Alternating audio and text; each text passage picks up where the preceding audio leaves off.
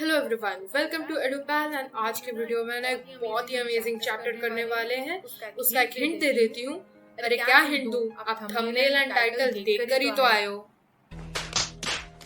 तो एनीवे, हम यहाँ पे चैप्टर 1 करेंगे एंड इस सीरीज में हम सारे चैप्टर्स करने वाले हैं सीबीएसई क्लास 9 साइंस के।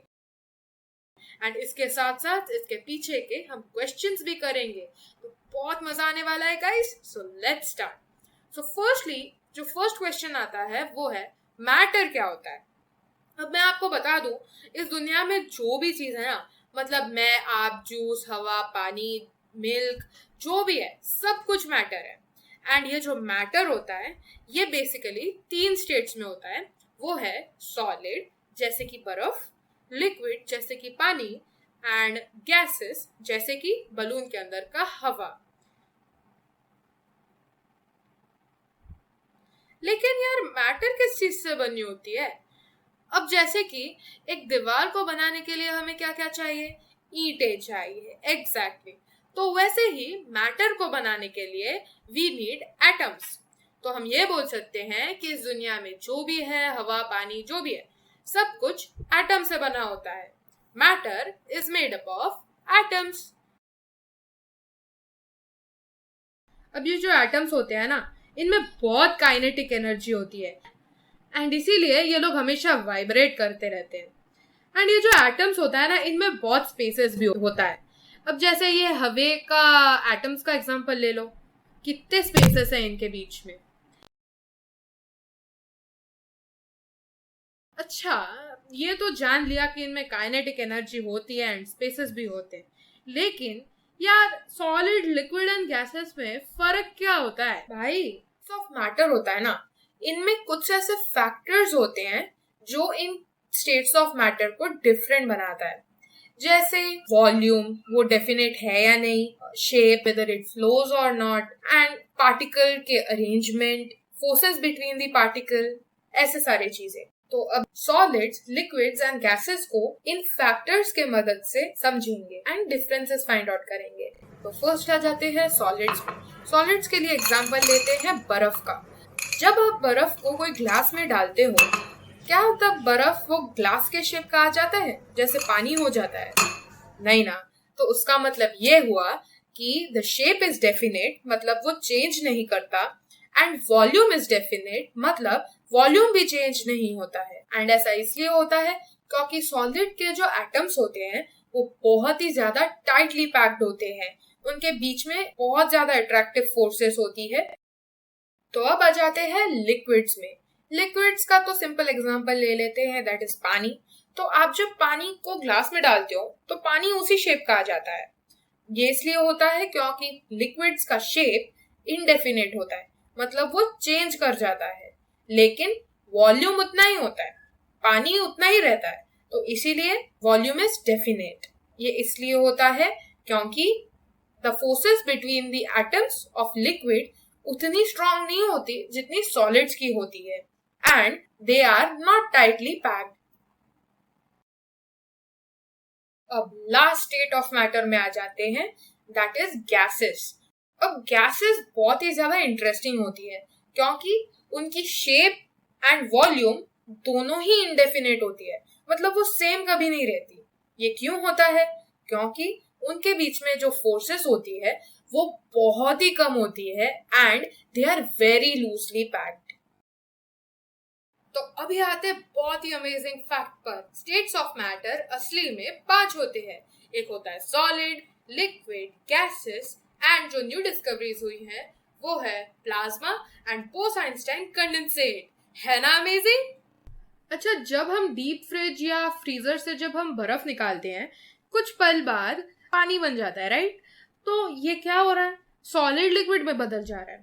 तो हम क्या बोल सकते हैं कि मैटर अपनी स्टेट चेंज कर सकता है। सॉलिड से लिक्विड बन सकता है एंड लिक्विड से गैसेस बन सकता है। ओके, तो ये हमने कौन सा एग्जांपल लिया था? सॉलिड से लिक्विड बनने का। अभी इसके लिए एक बहुत फैंसी सा नाम है, दैट इज मेल्टिंग। अब मेल्टिंग में जैसे कि हमने बर्फ का एग्जांपल लिया, सॉलिड से लिक्विड बनता है जैसे बर्फ पानी में बदल गया। तो ये तब पॉसिबल है जब सॉलिड की मेल्टिंग पॉइंट से ज्यादा हो टेम्परेचर, तब जाकर सॉलिड के पार्टिकल्स में बहुत ही ज्यादा एनर्जी आ जाती है, वो हिलने लगते हैं, वाइब्रेट करने लगते हैं एंड अट्रैक्टिव फोर्सेस को तोड़ देते हैं, तब जाकर वो लिक्विड बन जाते हैं। तो आप जब पानी को गर्म बिठाते हो, कुछ 10-15 मिनट बाद उसमें बहुत से ऐसे गैसेस फॉर्म होने लगती है। तो एग्जैक्टली क्या हो रहा है? तो जो लिक्विड है, जो पानी है, वो धीरे धीरे एनर्जी मिल रही है उसे, क्योंकि हम उसे हीट कर रहे हैं। तो क्या होता है कि लिक्विड के जो एटम्स होते हैं वो बहुत रैपिडली मूव होने लगते हैं एंड इतना रैपिडली मूव होते हैं कि उनकी अट्रैक्टिव फोर्सेस टूट जाती है एंड वो फाइनली गैसेस में बदल जाते हैं। दिस इज बॉइलिंग एंड इसमें the matter changes from liquid to gas. तो मम्मी जब खाना बनाती है, जब मम्मी लिड खोलती है, तभी कुछ उसमें ऐसे पानी के ड्रॉपलेट्स दिखते हैं, है कि नहीं? तो अभी ये क्या हो रहा है? तो सबसे पहले तो हम लोग जो बॉइलिंग पढ़े वो होता है, खाने में से पानी बॉयल हो जाता है एंड वो गैस में बदल जाता है। अब ये जो गैस होता है वो लिड के सरफेस को टच करता है, जो ठंडा होता है कंपैरेटिवली। तो क्या होता है कि गैसेस में जो एनर्जी होती है वो कम जाती है, एकदम कूल डाउन हो जाती है एंड वो हिल नहीं पाते। एंड ऐसे ही करते करते जब बहुत सारे गैसेस के एटम्स जुड़ जाते हैं तब वो लिक्विड बन जाते हैं। तो and this is called as condensation, जिसमें गैसेस वापस लिक्विड में बदल जाते हैं। अब आ जाते हैं फ्रीजिंग पर, and I am very sure आप सभी को इसके बारे में पता होगा। अब जैसे कि हम पानी को जब फ्रीजर में रखते हैं तभी वो बर्फ बन जाता है। तो क्या हो रहा है? पानी जो लिक्विड है, लिक्विड के एटम्स में एनर्जी कम जा रही है। तो कम जाने से वो हिलना कम हो जा रहा है एंड वो जब हिलते हैं उनके धीरे धीरे अट्रैक्टिव फोर्सेस बढ़ जाती है एंड वो बन जाते हैं सॉलिड्स एंड इसे कहते हैं फ्रीजिंग, जिसमें लिक्विड वापस सॉलिड में बन जाता है। अब मैं आपको बहुत ही अमेजिंग एक चेंज के बारे में बताने वाली हूँ, जिसमें solid without becoming liquid directly gas में बदल जाता है। इसका बहुत ही कॉमन एग्जांपल है, दैट इज नैफ्थलीन बॉल्स। अब नैफ्थलीन बॉल्स जो होता है वो कुछ दिनों बाद डायरेक्टली इनविजिबल हो जाता है। अब वो कैसे? Wait a minute. ये इनविजिबल नहीं हो जाता, वो गैस में बदल जाता है लिक्विड बिना बने, एंड इसे कहते हैं सब्लिमेशन, जिसमें solid without becoming liquid gas बन जाए। अभी ऑब्वियसली इसका भी उल्टा होगा, तो सब्लिमेशन का उल्टा है डिसब्लिमेशन, जिसमें गैसेस बिना लिक्विड बने सॉलिड बन जाता है। इसका एक बहुत ही अच्छा एग्जांपल है, दैट इज फ्रॉस्ट। अभी ठंडी के मौसम में कांच होती है, उसमें जो वाटर वेपर्स होता है, जो गैसेस होता है, वो इतनी ठंड में डायरेक्टली सॉलिड बन जाता है। ये डिसब्लिमेशन के लिए होता है। ये कॉन्सेप्ट और ज्यादा क्लियर करने के लिए आप ये छोटा सा इजी सा डायग्राम याद रख सकते हो। तो अभी मैं आपको एक बहुत हेल्पफुल टिप देने वाली हूँ। जैसे कि मान लीजिए क्वेश्चन में पूछा है फ्रीजिंग का डेफिनेशन, तो जब भी आप फ्रीजिंग का डेफिनेशन लिखेंगे आप एक एग्जांपल इंक्लूड कर सकते हो, that is of freezing point of water, that is 0 degree Celsius. And वैसे ही मान लीजिए अगर आपको बॉइलिंग का डेफिनेशन पूछा गया है, बॉइलिंग पॉइंट ऑफ वाटर का एग्जांपल दे सकते हो, दैट इज 100 डिग्री सेल्सियस। अब ये तो हमें पता है कि एक स्टेट ऑफ मैटर को दूसरे स्टेट में बनाने के लिए या तो कि हमें टेम्परेचर को इंक्रीज करना पड़ता है या तो कि उसको डिक्रीज करना पड़ता है। लेकिन क्या ऐसा कोई तरीका है अदर देन टेम्परेचर जिससे हम स्टेट ऑफ मैटर चेंज कर सके? हाँ, ऐसा एक तरीका है, बहुत amazing, that is called as pressure. नहीं, वो वाला प्रेशर नहीं, साइंस वाला प्रेशर। अब मान लीजिए ये हमारे गैस, ठीक है, एंड उसके एटम्स यहाँ हैं, ओके। अभी हम इस गैस को कंप्रेस करेंगे, उसको और पास लाएंगे, तो क्या हो रहा है, पार्टिकल्स, एटम्स जो है वो धीरे धीरे पास आ रही हैं, एंड जब वो धीरे धीरे पास आ रही हैं वो उनके अट्रैक्टिव फोर्सेस बढ़ जा रहे हैं, जिस कारण वो लिक्विड में फॉर्म हो जा रहे हैं। ये जो एटम्स का जो फॉर्मेशन है वो है लिक्विड्स का फॉर्मेशन। तो हम ये बोल सकते हैं, हम गैस को जब हम प्रेशराइज करेंगे तभी वो लिक्विड में बन जा रहा है। एंड ये था रीजन कि उसके एटम्स धीरे धीरे पास आ रहे हैं, वैसे ही अगर हम कोई लिक्विड को करें तो लिक्विड भी सॉलिड में बन जाएगा ठीक इसी तरीके से। अब आते हैं हमारे सेकंड लास्ट टॉपिक में, दैट इज डिफ्यूजन। अगर कोई यहाँ पे रूम में परफ्यूम लगाए तो आप जब दूर बैठे रहते हो आपको तब भी परफ्यूम की स्मेल आती है कि नहीं? लेकिन ये कैसे हो रहा है? ये हो रहा है डिफ्यूजन के वजह से। अब जैसे परफ्यूम के जो एटम्स हैं वो हाई कॉन्सेंट्रेशन वाले एरिया से, मतलब जहाँ पे ज्यादा परफ्यूम के एटम्स हैं वहां से जहाँ पे कम परफ्यूम के एटम्स हैं वहां पे चले जाते हैं। So basically they move from high concentration area to the low concentration area and ये exactly diffusion है। तो अब आ जाते हैं हमारे लास्ट टॉपिक की तरफ, दैट इज कन्वर्जन। अब हमने ये तो जान लिया कि वाटर की बॉइलिंग पॉइंट 100 डिग्री होती है, लेकिन उसका क्या मतलब है अगर हमने कन्वर्जन ही नहीं सीखा? तो हम बेसिकली 3 टाइप के कन्वर्जन सीखेंगे, that is Celsius, Fahrenheit and kelvin. ये 3 बहुत इंपॉर्टेंट है। तो फर्स्ट आ जाते हैं सेल्सियस की तरफ। तो सेल्सियस इन्वेंट किया था एंडर्स सेल्सियस बोल के एक इन्वेंटर ने।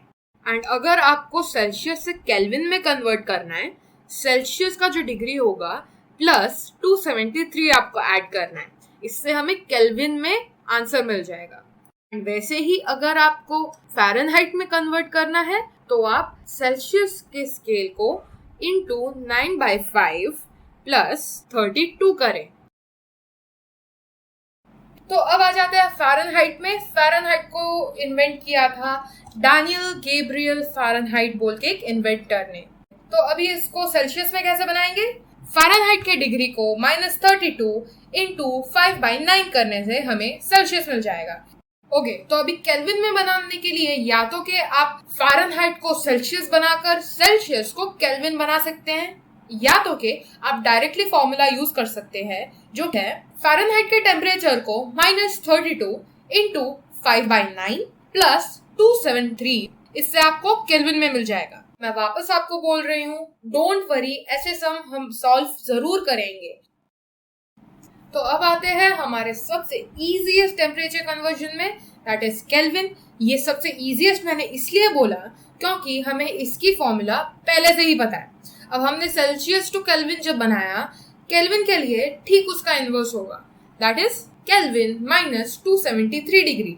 That will give us our answer in Celsius. And वैसे ही हम अगर फ़ारेनहाइट में कन्वर्ट करना चाहे तो केल्विन के डिग्री को -273 इंटू 9/5 प्लस 32 करना पड़ेगा, इससे हमें आंसर फ़ारेनहाइट में मिल जाएगा। इससे हम खत्म करते हैं हमारी सारी थ्योरी पार्ट। इसके बाद सिर्फ क्वेश्चन आंसर करनी है। अभी मजा आएगा ना भिड़ो। चलो जी, अभी फर्स्ट क्वेश्चन सॉल्व करते हैं। Convert the following temperatures to Celsius scale.